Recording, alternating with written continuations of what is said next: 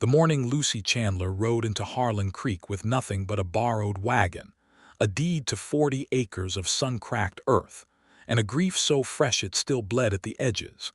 Not a single soul in that dusty Wyoming town gave her better odds than a snowflake in July. It was the spring of 1878, and the Wyoming Territory was not a forgiving place for a woman alone. The mountains to the west stood blue and indifferent against a sky so wide it made a person feel small enough to disappear entirely, and the town of Harlan Creek itself was little more than a main street of weathered boards, a general store that doubled as a post office, a saloon with a piano that stayed perpetually out of tune, a livery, a blacksmith shed, and a church that the Reverend only visited on alternating Sundays when the circuit brought him through. The land did not care who you were or what you had survived. It only asked what you could give it. Lucy Chandler was 31 years old. With dark chestnut hair, she kept pinned so tightly against the back of her neck that it looked as though it hurt, which sometimes it did, and eyes the precise color of the sky just after a thunderstorm, that deep violet gray that most people only see for a few minutes and forget. She had come from Laramie, where her husband, Thomas Chandler, had died 6 weeks prior of a fever that moved faster than any doctor could chase it. Thomas had been a good man, a quiet man, and he had left Lucy with a deed to a parcel of land 20 miles east of Harlan Creek that he had purchased on speculation 2 years before his death, a plot he had dreamed of working but never quite gotten around to starting. There was no money. There was the land, and there was the wagon, and there was the mule named Porter who pulled it with a kind of slow dignity that Lucy found oddly comforting. She had not come to Harlan Creek because she expected it to be easy. She had come because she had nowhere else to go, and because Thomas had believed in that land, had talked about it in the small hours before dawn with a tenderness usually reserved for living things, and she felt in some corner of herself that honoring his dream was the only way she knew how to honor him. One fair season, she had told herself on the long ride up from Laramie. Give it one fair season, and see what the land can do. The first man she met, when she pulled her wagon to a stop in front of the general store, was not a man she would have noticed under ordinary circumstances. He was leaning against the post that held up the store's overhanging roof, one shoulder dropped, one boot crossed over the other at the ankle, reading a folded newspaper with the focused concentration of a man who read because he genuinely wanted to know things. He was tall in the loose, unhurried way of men who have spent years on horseback, with dark hair gone a little long at the collar, and a jaw that carried 2 days of stubble, as though it had simply decided to take up residence there permanently. He wore a working man's clothes, plain canvas trousers, and a shirt that had been blue once and was now the color of a faded winter sky, and a hat that had clearly seen considerable weather. He was not the most remarkable-looking man she had ever laid eyes on, but when he glanced up from his paper and registered that a woman was climbing down from a wagon alone, his expression did something she had not expected. It did not become predatory or dismissive or theatrically gallant the way men in small western towns sometimes performed at women they considered objects of interest. It became, simply and quietly, attentive. As though she were a person who had arrived with something important, and he was curious to find out what it was. "Afternoon," he said, folding the paper under his arm. "Afternoon," Lucy said, looping Porter's lead rope around the hitching post with the practiced efficiency of a woman who had been caring for animals since childhood. "I'm looking for the land office, or whoever serves that function here." "That would be Aldous Greer," the man said. "He is inside. He serves as land registrar, notary, and postmaster, and he will tell you those 3 things in that order within the first 30 seconds of meeting him." Lucy almost smiled. "Almost. Thank you." "You coming to stay?" he asked, not intrusively, just the straightforward manner of a man in a small community where a new arrival was genuine news. "I have a deed to a parcel east of here," she said. The Chandler claim, 40 acres. Something shifted in his expression, small and careful. "That is good land," he said. It has been sitting idle." "Not anymore," Lucy said, and she walked past him into the store. His name was Calvin Brenner, and she did not learn that until 2 days later. She learned it from Mabel Foss, the wife of the blacksmith, who delivered this information along with a covered dish of bean soup and the kind of blunt inventory of local personalities that small-town women had perfected into an art form.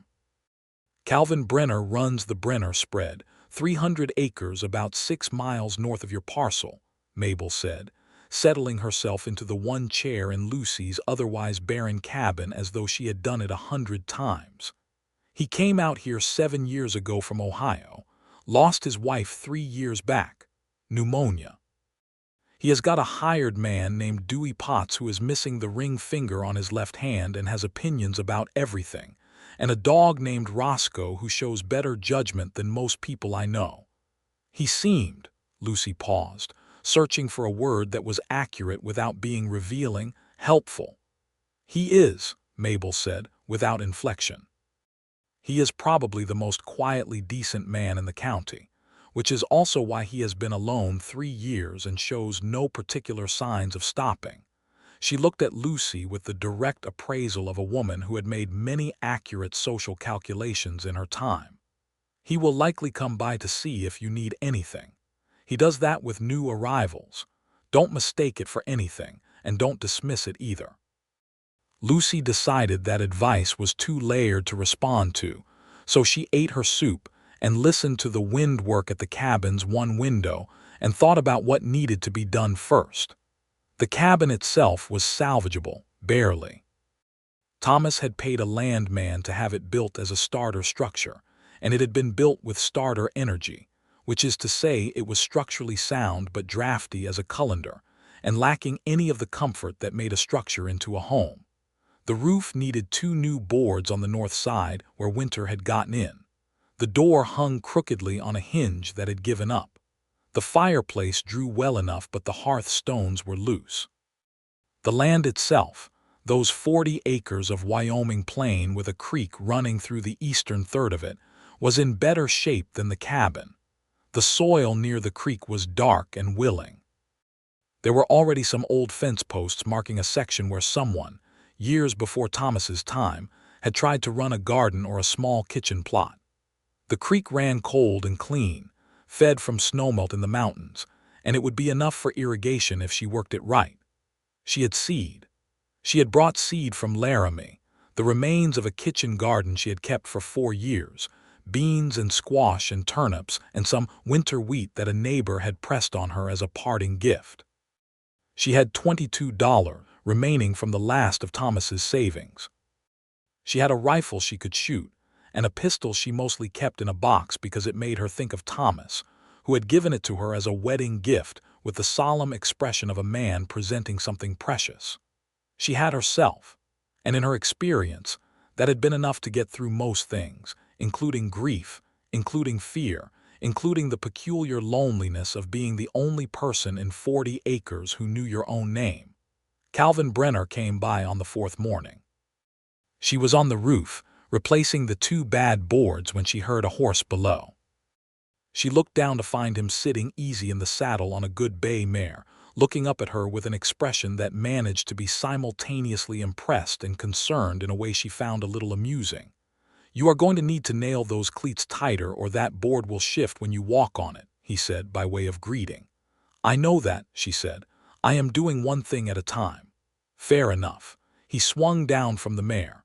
"Calvin Brenner, my spread is north of here. I thought I would come see if there was anything you needed.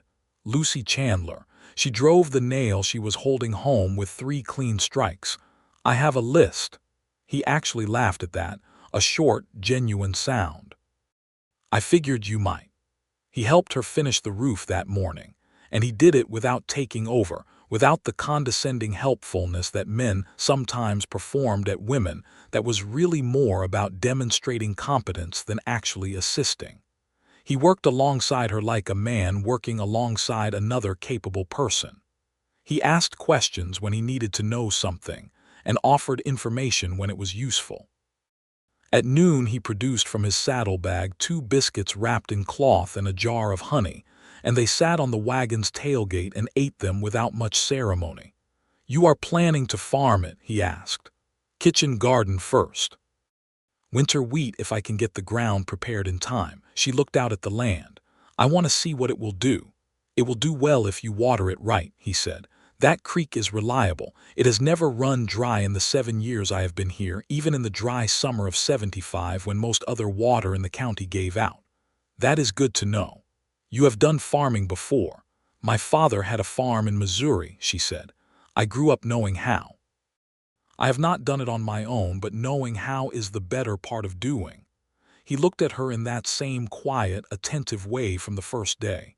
"Yes," he said, "it generally is." They worked for another 2 hours after that, and when Calvin Brenner rode away in the late afternoon with a wave that was more acknowledgment than farewell, Lucy stood in her doorway and watched the dust of his horse settle back to the earth, and thought that she had expected this season to be solitary, and it appeared it might be slightly less solitary than anticipated, which felt, she decided, like a gift she would accept without examining too closely. He came back 3 days later with Dewey Potts, who was exactly as Mabel had described him, a lean, weathered man of about 50, with the careful eyes of someone who had survived by paying attention, missing finger and all, who had opinions about soil preparation that he delivered with the confidence of a man who had been correct before. Dewey looked at Lucy's Creek land and said with complete seriousness that it was the best natural kitchen garden site he had seen in 20 years of Wyoming Territory, and Lucy decided she liked Dewey very much. They helped her break the first section of ground for the garden, turning the creek-fed soil with 2 good plows, and Lucy planted beans and squash in the dark furrows while the morning was still cool. Calvin worked the plow with his sleeves rolled up and his hat pulled low against the strengthening April sun, and she watched him the way you watch someone when they are not watching you, with the kind of attention you reserve for things that are genuinely interesting. He had steady hands. He was patient with the mule. He spoke to Porter with the same matter-of-fact respect he appeared to speak to everyone, and Porter, who had shown limited interest in anyone outside of Lucy since Thomas's death, accepted a piece of carrot from him without hesitation on the second day, which Lucy considered a meaningful endorsement. She was not thinking about falling in love. She understood that part of herself had gone quiet with Thomas's death, had drawn inward like a plant in the first cold days of October, and she was too freshly in grief and too consumed by the immediate and demanding work of survival to give it any particular attention. But she noticed Calvin Brenner. She noticed the way he laughed, which was infrequent enough to mean something. She noticed that he never talked about himself unless asked, but when he did talk, he was honest in a way that was almost startling in its directness. She noticed that he brought things, practical things, a bag of seed potatoes he had spared from his own store, an extra length of rope, a jar of good bear grease for the hinge that still gave her trouble, and he brought them without fanfare, set them on her porch and mentioned them only once, as though the gesture were simply a thing that needed doing, and he had happened to be the one to do it. She noticed all of this the way you notice weather, as something that is simply present and cannot be wished away. April turned into May, and the garden began to prove itself. The bean seedlings pushed up in their rows with a determination that Lucy found personally encouraging, as though the land itself were offering an opinion on her prospects. The squash spread their first rough leaves and reached toward the long Wyoming days with the uncomplicated ambition of things that do not overthink their purpose. Lucy worked from before first light until the sun was well past its peak, and then she forced herself to stop because she had learned in the first week that exhaustion was the enemy of good judgment, and good judgment was something she could not afford to be without. On an afternoon in early May, when the sky was the deep true blue that only comes after a week of reliable weather, Calvin arrived with a problem rather than a solution, which she found she liked even better than his bringing things. "I have a fence line that borders the Tanner property," he said, dropping down from his horse with the easy motion of a man who had spent more time on horseback than off. "Tanner's cattle keep coming through on the northeast corner. I have repaired it twice and I cannot figure out why it keeps failing. Dewey says the posts are soft, but I don't think that is it." Lucy looked at him. "Why are you telling me this?" "Because you fixed that hinge," he said, "and it has stayed fixed for 3 weeks, which is longer than anything I have done to that fence has stayed fixed, and I thought you might want to take a look." She laughed at that. It was the first full genuine laugh she had produced in she could not quite remember how long, and the sound of it surprised her enough that she pressed a hand to her chest, as though checking that she was still herself. Calvin watched her with an expression she could not entirely read, something that was careful and warm and slightly undone at the same time. "All right," she said. "Show me the fence." It was a 2-hour ride to the northeast corner of the Brenner spread, and they rode it together with an easiness that did not require filling with conversation, though they talked about the land, about the season, about the peculiarities of Wyoming weather, and the way the mountains could send down cold in June that would kill a late frost-sensitive crop without warning. She learned that he had come to Wyoming because he had wanted something he could not name at the time, but had come to understand, in the years of working this land, was simply the sensation of having made something real out of effort and will. She told him about Missouri and about the farm where she had grown up, which had been good enough land but had felt too small, and about meeting Thomas in Laramie and choosing to stay there because Thomas was steady in a way that felt like ground under her feet. "He sounds like a good man," Calvin said when she had described Thomas. "He was," Lucy said, "the best kind of ordinary good man, the kind that does not make much noise about it." "Those are the ones that are hardest to lose," Calvin said, not elaborating, not making it into something larger than it was, just acknowledging the truth of it. They reached the fence line and Lucy looked at it for a long moment, crouching down in the grass to examine where the posts met the ground, walking the failing section with the deliberate attention she gave everything. The posts were not soft. The wire gauge was fine. The problem was that the terrain dipped in a slight depression that directed runoff water directly along the fence line with each rain, and the repeated saturation had worked at the post bases until they rocked just enough for the wire to slip. "You need to redirect the water flow," she said. "Cut a small drainage channel here about 6 inches deep and angled away from the fence line. The posts will firm back up once the ground dries properly." Calvin looked at the depression, then at the fence, then at her. "I walked this line 4 times and did not see that." "You were looking at the posts," she said. "You have to look at the water." He was quiet for a moment. Then, "Where did you learn that?" "My father," she said. "He said that on a farm, whatever is going wrong is almost never about the thing you think it is about. It is almost always about the water, or the light, usually the water." "Smart man." "Very," she said. "I miss him too." She had not intended to say that. It came out with the slight roughness of something that had not been handled in a while, and she was aware of Calvin looking at her with that careful, warm attention, and she looked back at the land rather than at him, because there was something in being looked at with that much quiet consideration that she was not entirely prepared for. They dug the drainage channel together with the hand tools Calvin had brought, and it took an hour, and by the end of it her arms ached pleasantly and the problem was solved, and the evening was coming in golden over the mountains, and she felt, for the first time since Laramie, something that was not quite happiness but was in the neighborhood of it. May became June, and June unfurled itself over the Wyoming plain with a warmth that was generous and occasionally excessive. Lucy's garden was thriving. The beans were potting up fast, fat green curves on their vines, and the squash had taken on the aggressive growth habit of plants in ideal conditions, spreading across the ground in a luxuriant sprawl.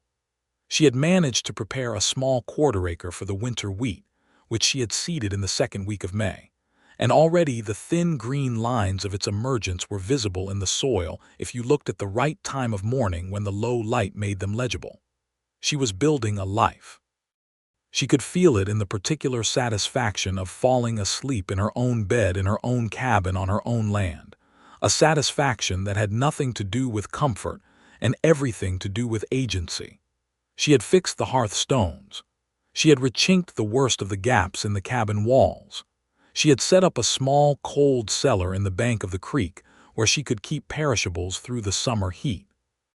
She had made neighbors of Mabel Foss and her husband Henry, who was quiet where Mabel was voluble but who had a gift for fixing machinery that he deployed on her behalf 3 times in June alone. She had learned the town, its rhythms, its characters, its particular texture. And she had made, without quite deciding to, a friendship with Calvin Brenner that had taken on a solidity she had not anticipated, and a warmth that she was beginning to understand was something more than friendship, even if she was not yet ready to call it by its true name. He came by 2 or 3 times a week, sometimes to help with something specific, sometimes apparently just to see how things were going. He had begun, in the 3rd week of May, to stay for supper when she offered it, and she had begun to offer it with a regularity that was its own kind of answer to a question neither of them was asking out loud yet.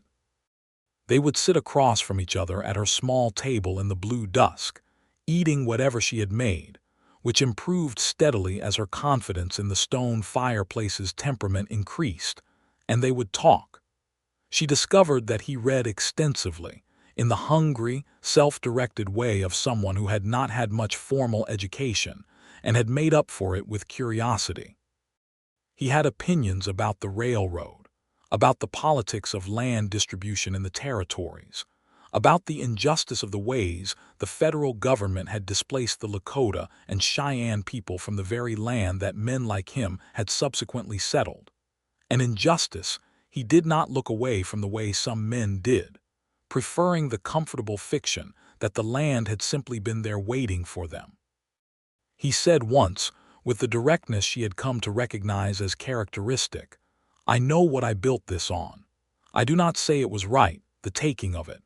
I say only that I am trying to be the kind of steward of it that makes it mean something, which is not the same as it being just." Those are 2 different conversations. She had looked at him across the table for a long moment.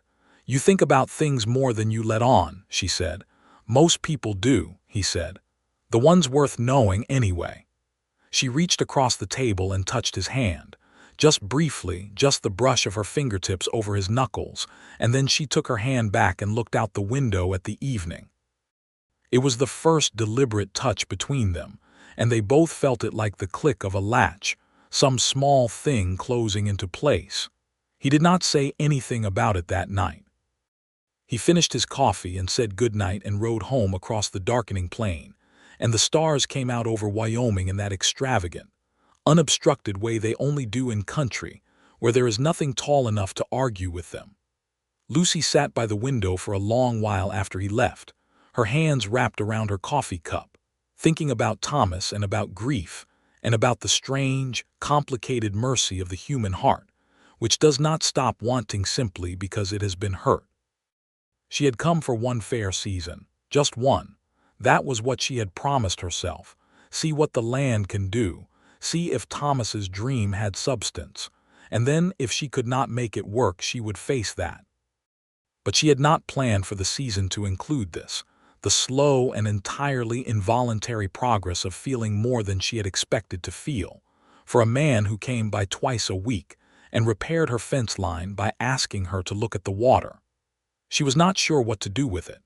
She only knew that she was not going to lie to herself about it, because she had found in 31 years of living that lying to yourself was the most expensive economy there was.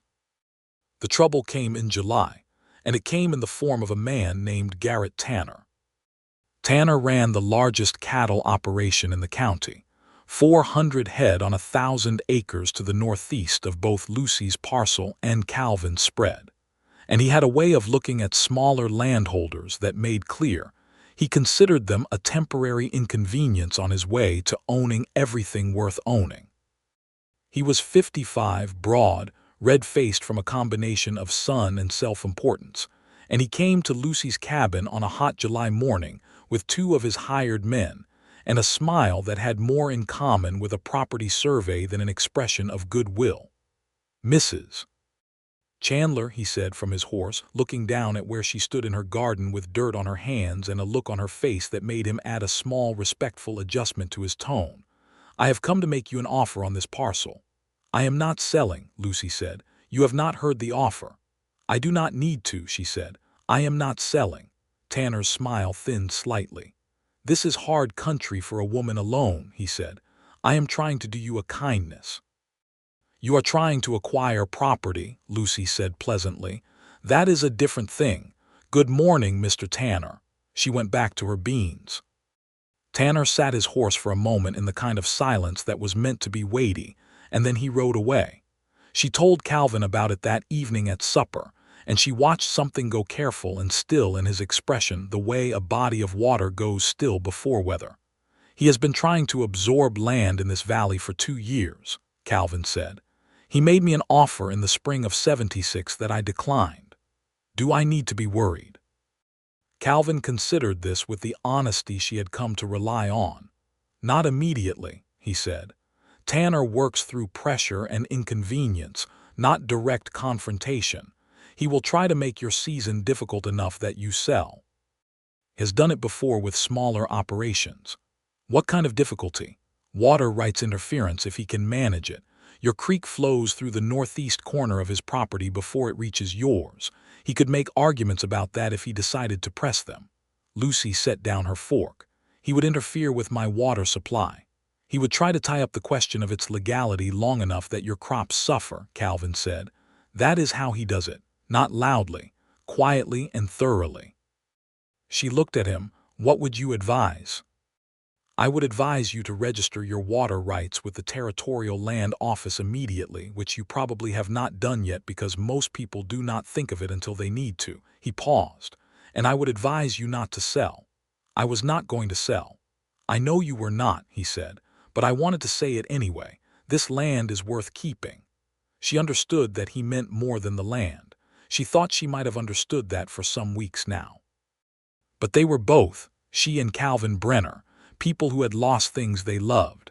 And they were both, in their different and similar ways, careful with themselves in the way of those who know how much carelessness costs. She rode to Harlan Creek the next morning and registered her water rights with Aldous Greer, who confirmed that she had legal priority on the creek diversion, having been the first to file on that section. Calvin rode with her and stood behind her in the land office with his hat in his hands and his expression level while Aldous recorded everything in his careful ledger hand. And when they came back out into the summer morning, Calvin said, "He cannot touch your water now," with the quiet finality of a man who has closed a door. "Thank you," Lucy said, "for knowing what to do." "You would have figured it out," he said. "Probably not in time," she said honestly. They stood in the street for a moment, their horses tied to the rail, the ordinary noise of Harlan Creek moving around them, and Calvin looked at her in that careful, attentive way she knew now as well as she knew the sound of her own creek in the evening, and he said, "Lucy." It was just her name, just that. But the way he said it, with the particular quality of attention he gave to things that mattered to him, made something in her chest do a slow, complicated thing. "Yes," she said. "I am," he started and stopped, and she could see him choosing his words the way she had watched him choose his actions, deliberately, honestly. "I find that I am very glad you came here," he said. "To this county, to this particular section of it." "So am I," she said, and she meant it in every direction the words could possibly go. He smiled then, the full version, which was different from the short, amused laugh she had first heard from him. It was slower and quieter and reached all the way to his eyes, and it made him look, she thought, like a man who had just remembered something very good. They rode home separately that day. But the distance between separate and together had narrowed considerably, and they both knew it. The summer deepened and the garden was magnificent.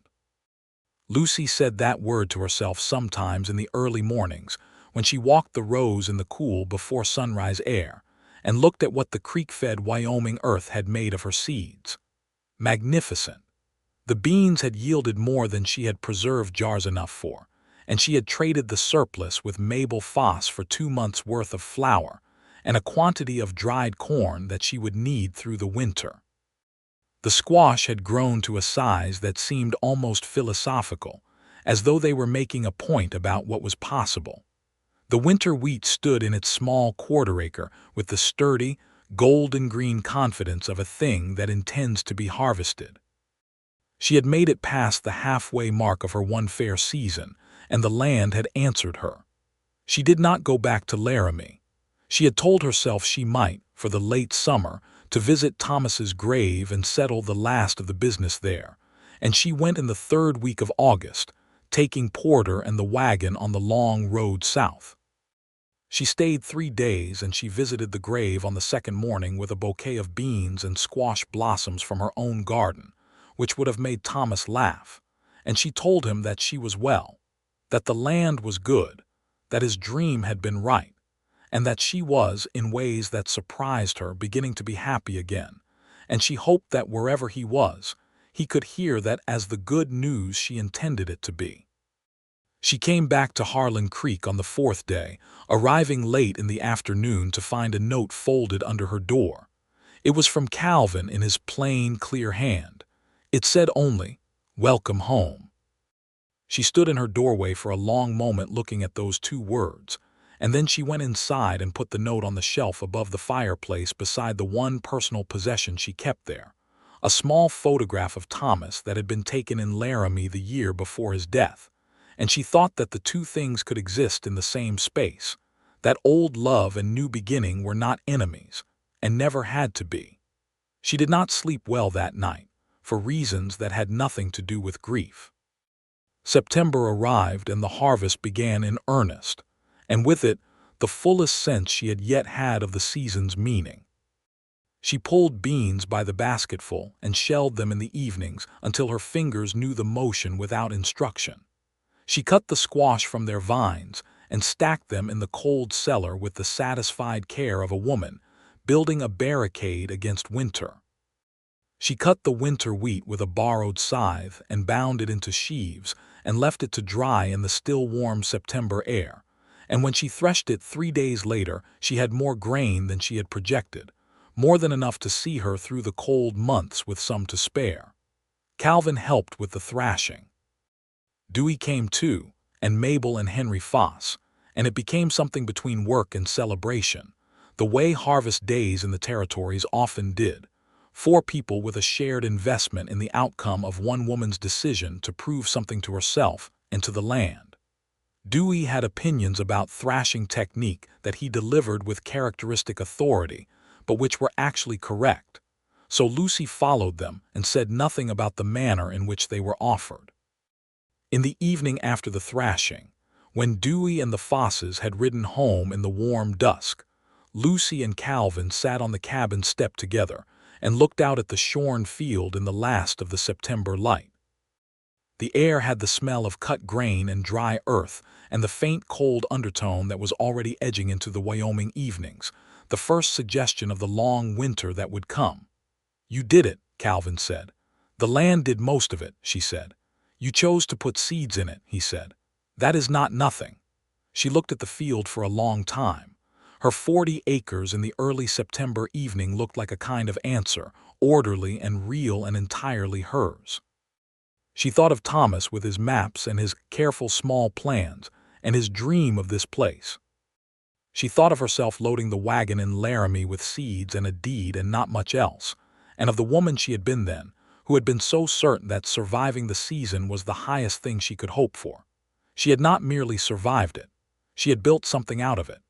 "My season is almost over," she said quietly. It had been inside her for some weeks, this knowledge, this awareness that the agreement she had made with herself, one fair season, see what the land can do, was reaching its conclusion. She had not thought about what came after the way she perhaps should have, because the present had been so immediately demanding, and the future had felt like an abstraction she would deal with when it arrived. It had arrived. Calvin did not say anything for a moment. She felt the quality of the silence beside her change, become something denser and more particular, and she knew without looking that whatever was in his face was something significant. "What does that mean?" he said. "Your season being over." "I came here telling myself I would give this one fair season," she said, "to see if it could work, to see if it was worth the choice to stay. Is it?" She turned to look at him then, and he was looking at her with an expression that was the most unguarded she had ever seen on him, stripped of the careful steadiness he usually wore the way other men wore their hats. He looked, she thought, like a man standing at the edge of something significant with the full knowledge of the drop. "I think so," she said carefully. "I think the land has given me my answer." "And the other," he said. He was looking at her with a directness that made her want to look away, and also made her entirely unwilling to. "Is the land the only question you came here with?" She was 31 years old, and she had buried a good man and ridden 4 days alone to a county she had never seen to prove a point to herself about what she was made of, and she was not. She had established conclusively over the past 5 months, a woman who lied to herself. "No," she said, "it is not the only question." The space between them on the step was small enough that the shift was simple, just a slight lean, a slight turn, and Calvin's hand found hers where it rested on her knee, his fingers curling around hers with a steadiness that was entirely characteristic of him, entirely deliberate and entirely tender. "Then stay," he said, "past the season. Stay because the land is yours and you have earned it, and because I would very much like to see what comes next for you here." "Calvin," she said. "I know you are still grieving," he said before she could continue, with the directness that was one of the things she had come to value most about him. "I am not asking you to be finished with that. I am not asking you to be anything other than exactly what you are right now. I am only asking you to stay." She looked at him for a long moment in the September evening. A nighthawk called somewhere in the field, its sharp descending cry cutting through the quiet, and the mountains to the west were going purple and gold with the last of the light, and Calvin Brenner was holding her hand on the step of her own cabin on her own 40 acres with the expression of a man who has asked an honest question and is prepared for an honest answer, whatever it might be. "I was planning to stay," she said. "I think I decided that before I was willing to admit it to myself. I think I decided it about the same time I decided that my father was right about the water."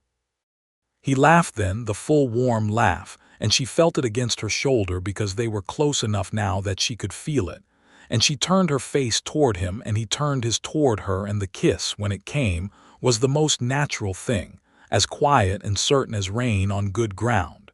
It was gentle. It was brief. It was one of those moments that do not require embellishment because they contain exactly enough already, and when they pulled back and looked at each other in the late September dusk, she saw something in his face that was the same thing she felt in herself, a kind of careful, wondering gratitude for the fact that life, which had taken things from both of them, had also found room to offer something new. "Stay for winter," he said, "and then for spring, and then let's see." "Yes," she said simply. "Let's see." October came in with gold and rust, and the long Wyoming sky going to a deeper, more serious blue, and Lucy began the work of preparing her land for winter. She banked the garden beds with the spent stalks, and composted the abundance of the season into a pile at the edge of the kitchen garden that would become next year's richness. She reinforced the cold cellar against frost. She added the second shutter to the north window, and replaced the stuffing in the door frame with new oilcloth she had bought in Harlan Creek.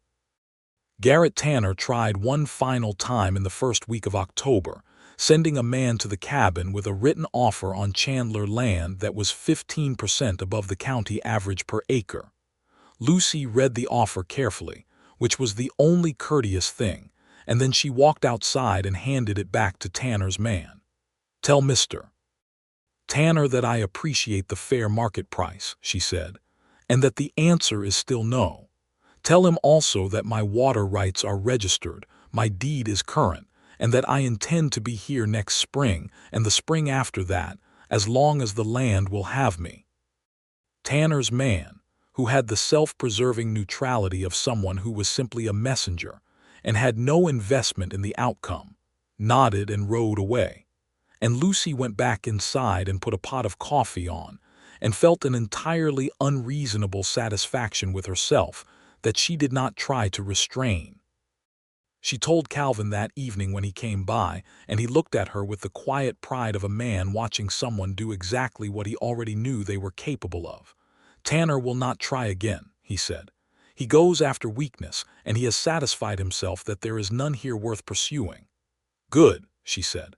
"I have things to do, and I do not want to spend my winter fighting that battle. What do you want to spend your winter on?" She looked at him across the table where they had now eaten together more evenings than not, and she said, with the deliberateness that was becoming more natural between them every day, "I want to spend it on what is actually here. The land. The work. You, if you are willing." "I am," he said without hesitation. "I have been willing since April." "I know," she said. "I needed a little longer." "I know you did," he said. "I was not going anywhere." The first serious snow came in November, a heavy Wyoming snow that came down with businesslike efficiency and covered the 40 acres and the 6-mile road to Calvin spread and the mountains and the whole visible world in white. Lucy stood at her window the morning after it fell and looked at the transformed landscape with a feeling she had not anticipated, which was not the isolation she had been bracing for but something more like wonder. Her land was beautiful under snow. Contours, the slight rise near the creek, the gentle dip of the field, the dark line of fence posts, were made newly visible by the white covering them, the way snow reveals the bones of a landscape that the growing season obscures. Calvin came by on horseback the morning of the second snow, leading a second horse with a pack behind the saddle, and she opened the door before he knocked. "I thought you might need supplies," he said, handing her the horse's lead so he could shake the snow off his hat. "And company." "Both," she admitted. "Come in." He had brought flour and coffee and a wrapped piece of smoked ham and a book of Shakespeare's plays, of all things, which he set on the table with a slight self-consciousness that she found disarming on a man who was otherwise so composed. "Dewey gave me that last winter," he said. "I thought you might want something to read." She picked it up and turned it over and looked at him. "You read Shakespeare." "Dewey reads Shakespeare," he said. "He read it aloud in the evenings last winter until I knew half of it by accident. He has very strong opinions about Lear." She laughed. "I would like to hear those opinions." "They are extensive," Calvin said. "I will give you the short version. The daughters are not wrong." She set the book on the shelf beside Thomas's photograph, and beside the note Calvin had written her in August, "Welcome home," and she thought that the shelf had become a kind of small archive of the things that mattered, and that it was better full than empty. November passed in the close, intimate way of winter, when the world contracts to the radius of what you can reach, and the nearness of other people becomes something more precious than it is in the open ease of summer. Calvin came by most days, or she rode to his spread, and they were at the stage of knowing each other where they did not have to perform the pleasantries of new acquaintance, but had not yet arrived at the complete ease of the long-established, and the space between those two places was one of the most interesting places Lucy had been. He told her about Ohio, and about coming west, and about his wife Margaret, who had been bright and argumentative, and had died of the pneumonia that came in the winter of '75 before he had understood how serious it was, and the loss of her had taken something from him that had taken years to grow back. He told her this matter-of-factly in the way he told most important things, and she listened the way she listened to everything he said, with the full attention she reserved for things that deserved it. "I think about her less now than I did," he said, one evening in November when the fire was going and the snow was quiet against the windows. "Not because she mattered less, because I have more to put my mind to." "That is how it works," Lucy said. "I think. The grief does not go away, but the living takes up more room, and eventually the proportion shifts." "Yes," he said, "that is exactly it." He looked at her with that expression she now understood was what passed, for Calvin Brenner, as the most open he was capable of being, and she thought that she had come to know this man over one fair season, this quiet, thorough, decent man who had asked nothing of her except what she was willing to give. And she thought that whatever the season had been intended to be about, it had become about this too. She took his hand across the table as she had once done briefly and tentatively in what felt like a different life, and she held it properly this time with intention, and he turned his hand over and held hers back. "I want to stay," she said, "not just for the land." "I know," he said. "I want to make something here," she said, "something permanent, something that lasts." "So do I," he said. "I have wanted that for a while. I did not want to say it before you were ready to hear it." "I am ready," she said. He lifted her hand and pressed his mouth to her knuckles, a gesture so old-fashioned and quiet and genuine that she felt it all the way through her, and she looked at him in the firelight and thought that grief and hope were not separate territories, that you could live in both at once and not be contradicting yourself, that the heart had more room than anyone warned you about. "Then let's make something," he said. "You and me and these 40 acres. December was cold and white and long and entirely sufficient. Calvin had a small tradition he had kept since coming to Wyoming of spending Christmas Eve sitting on his own step, no matter the weather, for 1 hour, looking at the sky and at the land and taking stock of the year in some private, unspoken way. He told Lucy about this on the 3rd week of December, not expecting her to participate, just telling her because they had arrived at the point of telling each other things without needing a reason. She showed up at his step at 9 in the evening on Christmas Eve with a blanket and a jar of whiskey-laced coffee, and sat down beside him without saying a word, and they sat together for an hour in the cold Wyoming dark, looking at the winter stars and the snow-covered plain and the mountains standing in their blue midnight distance, and it was entirely the right way to spend that hour, and he thought so too. She knew because he looked at her afterward, when they went inside where Dewey was already asleep in his corner, and Roscoe was sprawled before the fire like a large affectionate rug, and he put his hands on either side of her face and kissed her with a thoroughness and a tenderness that left her somewhat unable to think in sequence for a few pleasant minutes. "Merry Christmas, Lucy Chandler," he said. "Merry Christmas, Calvin Brenner," she said, and she meant it in every direction it could go. January was the deepest part of the Wyoming winter, and it was also, unexpectedly, the time when they talked most and best, when the external world was simplified to a few necessary tasks, and the long evenings belonged entirely to the two of them and Dewey and Roscoe and the fire. Calvin read aloud sometimes in the evenings from the Shakespeare or from the newspaper that came with the twice-weekly mail run from Cheyenne, and his reading voice was different from his speaking voice, something in it that was relaxed and interior, and Lucy would sit across from him and sew or mend or simply sit with her hands around a cup and listen. She told him in January that she thought she wanted to expand the garden in the spring, not just the kitchen plot but a proper commercial garden, enough vegetables and grain to trade regularly with the town. Harlan Creek had no dedicated kitchen garden operation, and the general store relied on supply runs from Cheyenne and Laramie for most of its produce, which was expensive and inconsistent. She had done her calculations. If she could put another 2 acres under the creek irrigation, she could produce enough to supply the store and 2 or 3 other households reliably. Calvin listened to all of this with focused attention and then said, "I have a grain drill you can use in the spring. And Dewey knows irrigation channeling. He can help you design the expansion." "I was not asking for help," she said. "I know you were not," he said. "I am offering it anyway."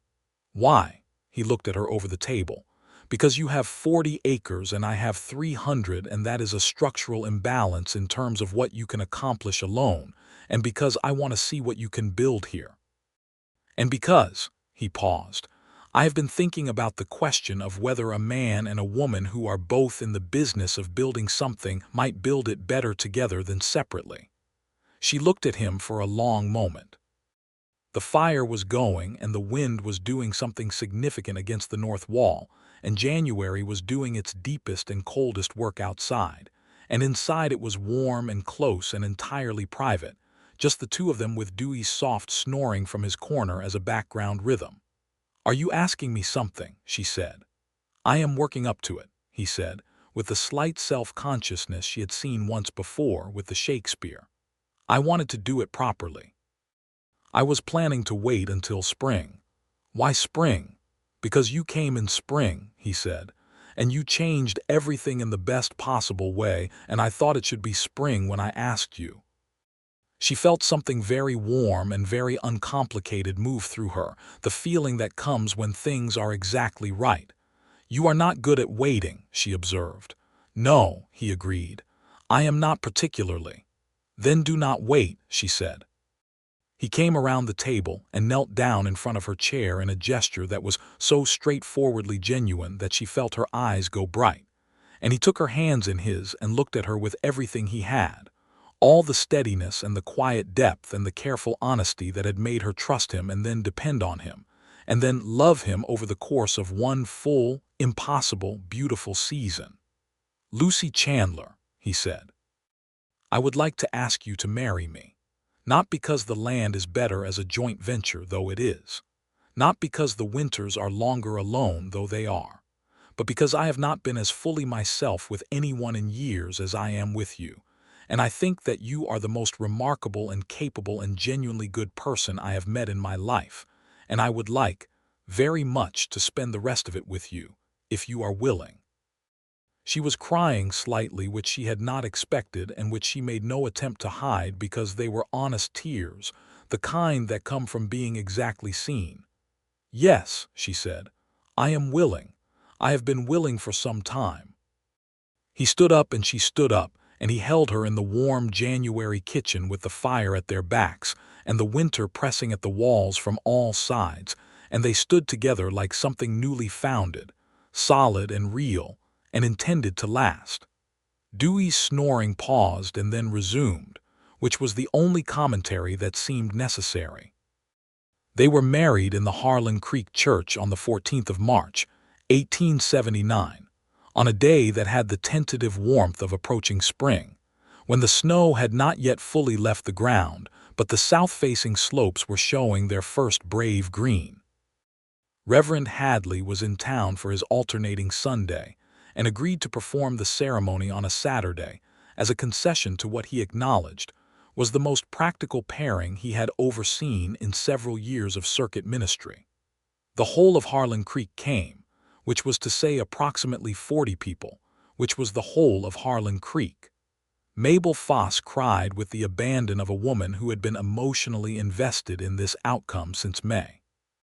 Dewey stood as Calvin's witness in a clean shirt that clearly gave him some discomfort, and held Roscoe's collar, when the dog tried to approach the ceremony out of what appeared to be pure social curiosity.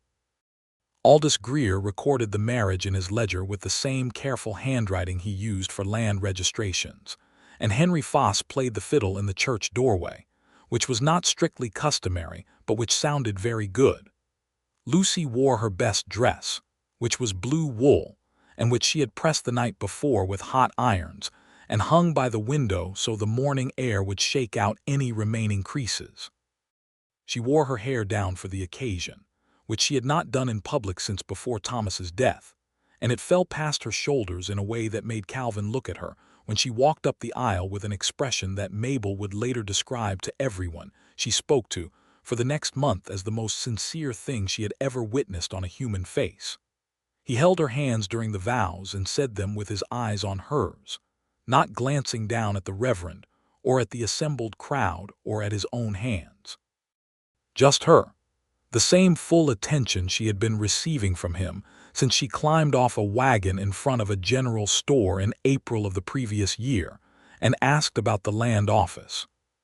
She said her own vows with the same directness, because she did not know how to be any other way with him, and because she meant every word, and meaning something that completely seemed to demand being said with all of you. They walked out of the church into the March air together, and Calvin put his arm around her waist, and she leaned into him the way you lean into something that you trust absolutely, and Roscoe surged forward to greet them as though they had been gone for days instead of the 20 minutes of the ceremony. The celebration went on in the saloon until considerably later than was strictly advisable on a Saturday night, and the piano that was perpetually out of tune turned out to be perfectly suited for dancing, and Lucy danced with Calvin and then with Dewey, who was surprisingly graceful, and then with Henry Foss, who was not, and then with Calvin again for the last of the evening, close and slow, and without particular concern for what anyone else in the room thought about it. They rode home together in the dark, Lucy on Porter and Calvin on his bay mare, side by side across the plain that had become, over the course of one extraordinary season, her home. Spring came back to the land with the reliable energy of something that cannot be stopped, and Lucy went into it with everything she had. Calvin had moved what remained of his operation to the Chandler spread, or rather what was now the Brenner-Chandler operation, the two of them having decided that the better land for intensive farming was Lucy's Creek acres, and the better land for grazing Calvin's longer, wider range, and that working both properties together made a coherent whole that neither could be alone. Dewey planted himself in the second bedroom of the expanded cabin with the settled air of a man who had found his permanent situation, and Roscoe took up residence in front of the fire with equal determination. The cabin itself had been added onto through the winter, Calvin's own carpentry work extending the north wall to include a proper kitchen and a second room, work done in the careful, unhurried way he did everything, with attention to each board and each joint, building for permanence. The garden expansion went in exactly as Lucy had planned. 2 new acres of creek-irrigated ground prepared with the grain drill Calvin had promised, and the channeling system that Dewey designed with the authority of a man who had been waiting his whole professional life for someone to ask his opinion on irrigation. Lucy sold her first commercial batch of vegetables to Aldous Greer's General Store in July of 1879, 30 pounds of beans and 4 dozen squash, and a bushel and a half of the best early turnips the county had seen. Aldous paid her in cash money and ordered twice the amount for August, and by the end of the summer she had established what she did not yet call a business but was beginning to look very much like one. She was happy. She was working and building and laughing regularly, and occasionally crying a little at the memory of Thomas, which felt clean now rather than raw, like the healthy ache of a well-healed bone rather than an open wound. She had made her peace with grief in the way that grief, if you do not fight it too hard, eventually permits, allowing it to exist alongside everything else rather than demanding it have the whole room. She discovered in September that she was expecting a child. She told Calvin in the kitchen on an early September evening when the air was beginning to hold the faintest edge of autumn, sitting at the table where they had eaten together for almost a year and a half, and she watched his face do a remarkable thing, move through surprise and wonder and an emotion too large to be contained in an expression, something that was simply, plainly joy. "Are you sure?" he said. "Yes," she said. Mabel confirmed it. "She has considerable experience with these things." He was around the table, and beside her before she had finished the sentence, his hands on her face and his forehead against hers and his breath a little uneven, and she laughed at him very gently and he laughed too, and they sat together like that for a while, foreheads touching, hands tangled, with the September evening coming in through the kitchen window and the fire going low and the land outside quiet under the last warmth of the season. "A child," he said in the voice of a man who is testing the realness of something. "A child," she confirmed, "arriving in the spring by Mabel's calculation." "Spring," he said, "like you." She looked at him, he looked at her. They were both, in that moment, so entirely in the aliveness and the hope and the ordinary extraordinary fact of being two people who had found each other in the wide and indifferent West and made something real together, that neither of them said anything for a long time, and the silence was one of the best silences she had ever been in. Dewey learned of it the next morning, and received the information with the composed gravity of a man who had suspected as much, and was only waiting to have it confirmed. He then immediately began to enumerate, at considerable length, opinions about child-rearing in the Wyoming Territory, which he delivered to the cabin's general atmosphere over the course of the following 3 days, seemingly unconcerned about whether anyone was specifically listening. Roscoe, for his part, began sleeping closer to Lucy, which she interpreted as solidarity. The winter of 1879 into 1880 was the gentlest they had known, or perhaps the cabin simply felt more fully inhabited than it had the year before, when Lucy had been alone in it with only the fire and her plans and the photograph on the shelf. Now it was Calvin's particular reading voice, and Dewey's Shakespeare opinions and Roscoe before the fire, and the small, steady physical fact of the child coming, who made herself known in the cold months in the various ways that children in transit announce their intention to arrive. Lucy kept working. She was not the kind of woman who considered her condition a reason to stop being herself, and she continued to do what she could in the garden and in the cold cellar and in the cabin's ongoing improvement, modifying what needed modification and refusing to modify what did not. Calvin did not try to restrict her. He simply stayed closer, in a way that was attentive without being constraining, and she found this deeply satisfying, the sense of being cared for by someone who understood the difference between care and control. They talked, through the winter, about names. Calvin had a preference for names that sounded like they meant something, solid names with some weight to them. Lucy had a preference for names that could belong to any kind of person, that did not preassign a temperament. They negotiated this with the good-humored seriousness they brought to most things, and by February they had arrived at an agreement. If a boy, Thomas.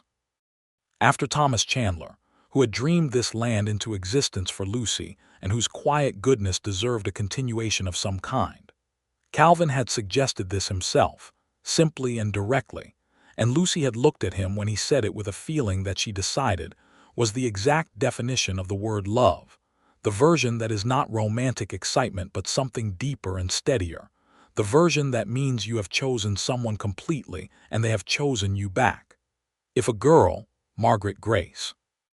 Margaret for Calvin's first wife and Grace, because it was the quality that Lucy believed had gotten both of them to this place, the grace of the land and the grace of the season, and the grace of each other. The baby arrived on the 5th of April, 1880, in a Wyoming spring that was coming in cold and bright the way Wyoming springs do, with patches of snow still on the north slopes and the first green pushing up along the creek banks with its usual confidence. Mabel Foss served as midwife with the competent authority of a woman who had done this many times, and Calvin paced the exterior of the cabin for 4 hours with the specific, focused misery of a man who is very good at being useful, and has been told clearly that he cannot be useful in this particular situation. The baby was a boy. He was large and loud, and from the first moments of his life, he seemed to find the world deeply interesting, looking around him with the wide, unfocused attention of a new person encountering experience for the first time. He had Calvin's dark hair and Lucy's storm-gray eyes, and he was, without argument or qualification, the most astonishing thing either of them had ever been involved in producing. They named him Thomas Calvin Brenner, and they held him between them in the April morning, while Mabel bustled with the purposeful efficiency of the entirely satisfied, and Dewey stood in the doorway with his hat in both hands and a look on his face that was more unguarded than she had ever seen it, and Roscoe pressed his nose against the edge of the bed, as though taking a careful inventory of this new person. Calvin held his son with the concentrated attention he gave to everything that mattered, and he looked at Lucy over the baby's head with the expression she had catalogued in her heart without realizing she was doing it, every version of his face from the first day to now, and this one, the one looking at her over their son in the April morning, was the best one she had ever seen. "Hello, Thomas," he said to the baby, very quietly, and then to Lucy, "You are extraordinary." "I told you," she said, "the land does most of it." He laughed, and the baby startled at the sound, and then seemed to settle toward the voice with the primal navigation of the very new, orienting toward something warm and steady. The summer of 1880 was the fullest version of what the Brenner spread had become, which was not merely a cattle operation or a kitchen garden, but a working farm of the kind that the Wyoming Territory had room for if you knew how to ask it right. Lucy's commercial garden had developed a solid reputation in Harlan Creek and had begun supplying two of the ranching families to the north of the county as well. And the winter wheat operation, which Calvin had expanded from Lucy's original quarter-acre to a full 2 acres, was producing reliably. They had hired a second hand, a young man of 23 named Reuben Walsh, who had come through the county looking for work, and who turned out to have an instinctive intelligence with irrigation that Dewey found both enviable and satisfying to cultivate. Garrett Tanner, it was worth noting, had sold half his operation to a Kansas City land company in the spring of 1880 and was said to be spending more time in Cheyenne, and the county was measurably lighter in atmosphere without his particular brand of acquisitive pressure. The land he had vacated was being worked by 3 new homestead families, and Lucy and Calvin had ridden over to welcome each of them in the first weeks of their arrival, as Calvin had done with Lucy 2 years before, with seed and rope and information, and the specific generosity of people who know what a new arrival needs. Thomas Calvin Brenner grew from a large, loud infant into a large, curious toddler with a pronounced interest in dirt, which was both appropriate to his circumstances and mildly exhausting to manage. He learned to walk in September of 1880, crossing the kitchen floor with the focused, slightly alarming determination of someone with a clear destination, and his first steps were toward Roscoe, who received the approach with dignified patience and allowed himself to be used as a stabilizing surface.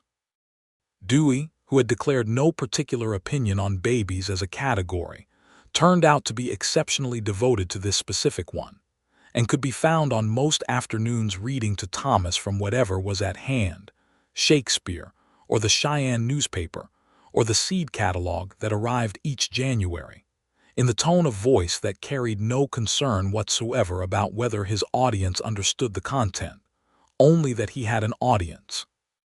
In the autumn of 1881, Lucy discovered she was expecting their second child, and she told Calvin over the same kitchen table where she had told him about Thomas, and his response was the same joyful disruption of equilibrium, and she laughed at him again for it, and he held her in the kitchen and said into her hair that he was the luckiest man in the Wyoming Territory, and she said that she was the luckiest woman, and Dewey, who was in the adjacent room pretending to read and clearly listening, made a sound that could have been a cough, or could have been the private acknowledgement of a man who was glad to be where he was.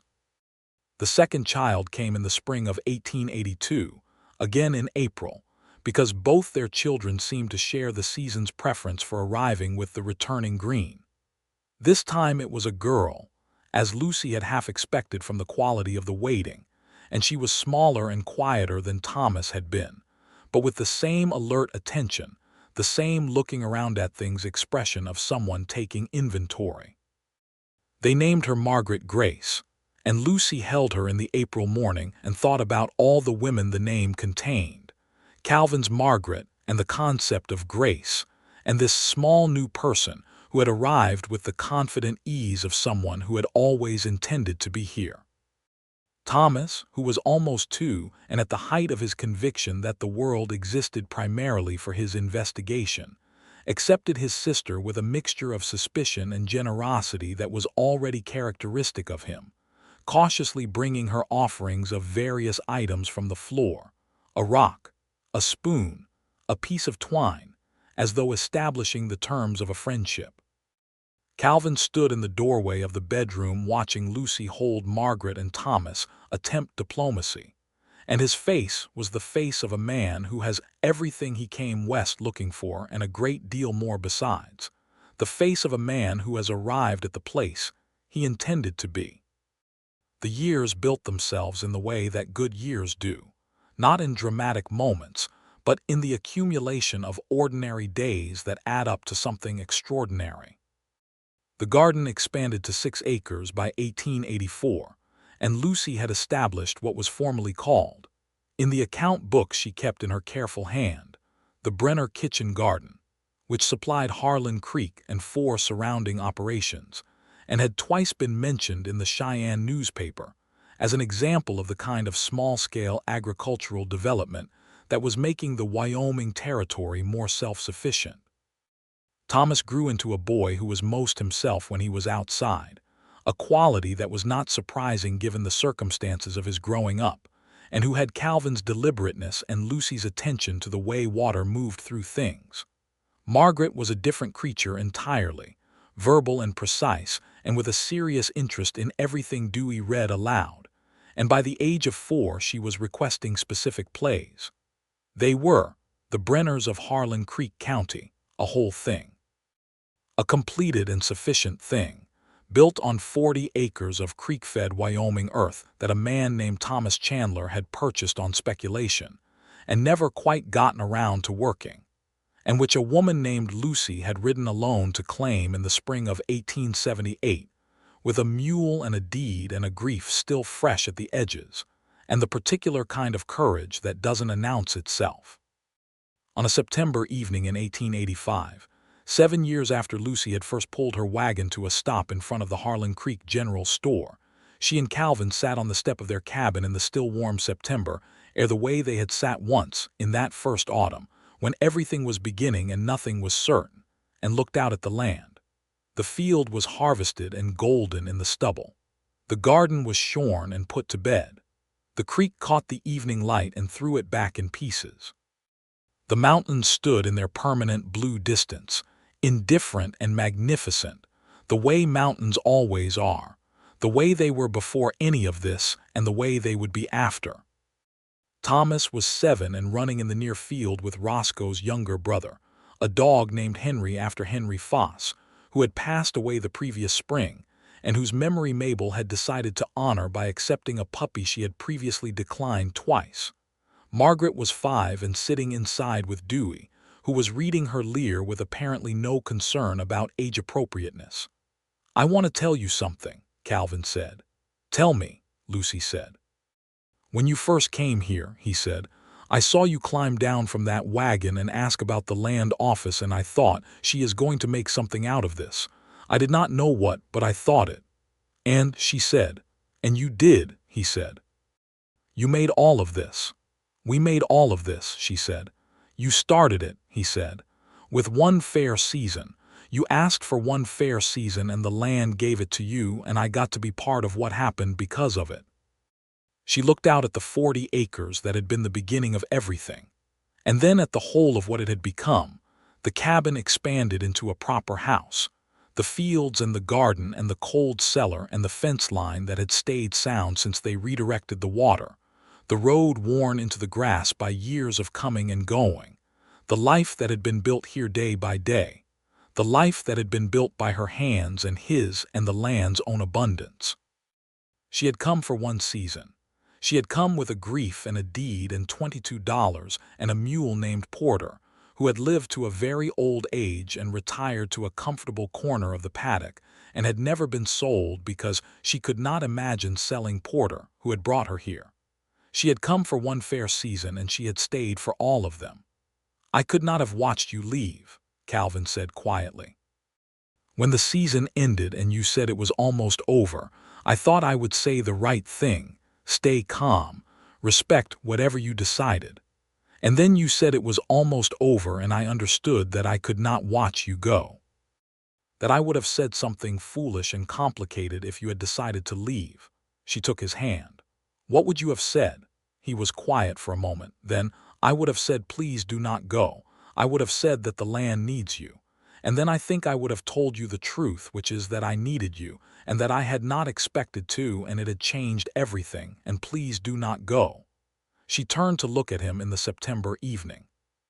7 years of him, 7 years of that honest, careful attention and the reading voice, and the hand that had held hers through the best and hardest things, and would hold it through everything that was still to come.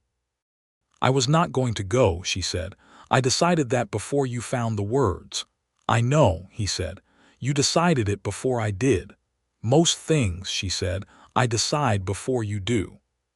He laughed and pulled her close against his side, and she leaned into him the way she always had, the way she had first done on the day he said yes to her first full touch across the table, and yes had covered everything. And the September land lay out before them in its harvest light, full and completed and ready to begin again. Inside the house, from the open window, they could hear Dewey reading in his deliberate voice and Margaret's serious small girl questions interrupting him, and Thomas calling the dog from somewhere in the near field, and the sound of the fire in the kitchen and the creak of the house around it, the particular voice of a house that has been lived in fully and does not let you forget it. Lucy put her head against Calvin's shoulder and looked at the mountains and the field and the first star of the evening coming out over the Wyoming Territory, and she thought about the woman who had ridden up from Laramie with her seeds and her deed and her grief, who had asked only for one fair season, just one, just enough to see what the land could do. The land had done everything.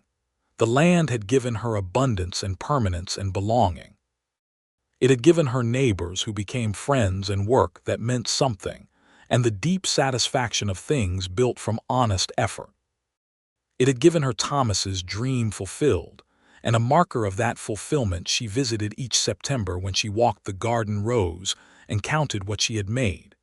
It had given her Calvin Brenner, who had leaned against a post reading a newspaper and looked up with quiet attention when a widow arrived with a borrowed wagon and a question about the land office. The land had given her all of this. But what she had given herself, she understood now, was the willingness to stay when the season proved worth staying for, the willingness to let grief and hope share the same room, the willingness to love again, carefully and honestly and completely, and to be loved back in kind. Calvin pressed his mouth to the top of her head in the easy, habitual way of a man who has done it 1,000 times and will do it 1,000 more, and she closed her eyes and listened to her children and her home and the quiet Wyoming evening. And she thought, with the full and uncomplicated weight of someone who has arrived completely at the place they were meant to be, that one fair season had been more than enough to begin with. It had been, in fact, the best beginning she had ever known. And all of it, the 40 acres and the creek and the garden and the children and this man beside her and every ordinary luminous day still to come, was hers. All of it was entirely, permanently, lovingly hers.